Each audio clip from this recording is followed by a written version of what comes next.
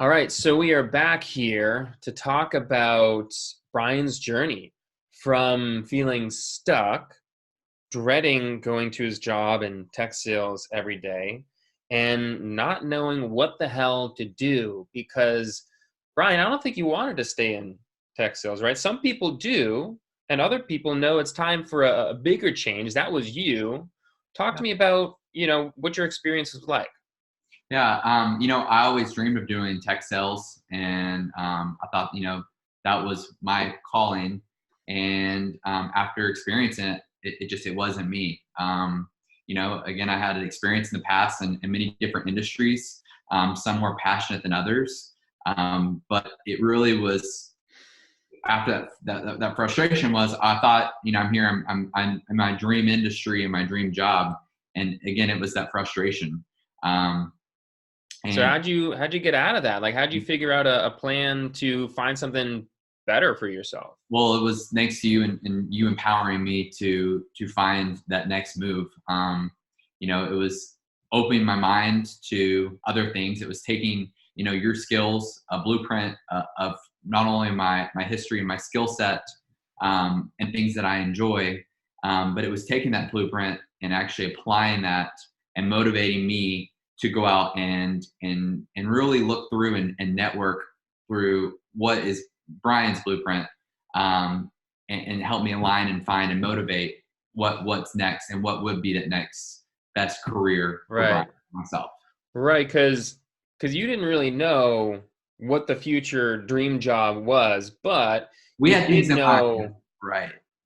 right? But you did know what you wanted, right? You knew what you were about because we went through this exercise of identifying your talents and personality, your interests, your ideal workplace environment. We created this profile, right? Somebody who's creative, entrepreneurial, self-starter, interested in real estate, amongst other things, enjoys freedom and flexibility, all this stuff. And then you got to work with all of a sudden reaching out to people, right? Trying to have as many conversations as you could. Like, talk to me about that process. Like, what did that do for you to all of a sudden have an idea in mind and then a way to go put into action in the world to uncover opportunities? Yeah, it not only, like I said, going back to motivating, it opened my mind to things that I never would have thought of, by reaching out to people. Going back to my roots, to friends, to actually people I've never even met, through LinkedIn or through conversations that led to one thing to another. And there was a lot of creative pieces to it, that were exciting. That it kind of took away the bad days at work, that rut, to see that sunshine, through that fog. And yeah, it led me to where I'm at today. But you motivated me to do it, Adam. Yeah. Yeah. And I think, what I noticed was there was a distinct shift in your energy within maybe around the 4 week mark when you started, like the light bulbs are starting to go off where you got really clear on the type of work that you were looking for. Because before you had that, Right. there's no point. Right. And then you started doing your outreach on LinkedIn amongst your network. Mhm. And all of a sudden you started to realize, wait a second, I think this is gonna work. I think this is actually gonna happen. Which of course, Yeah. what ultimately led you to where you're at right now. So why don't you speak for a second, real quick, where you're at right now, and then we'll wrap up and finish the story in the next segment. Yeah.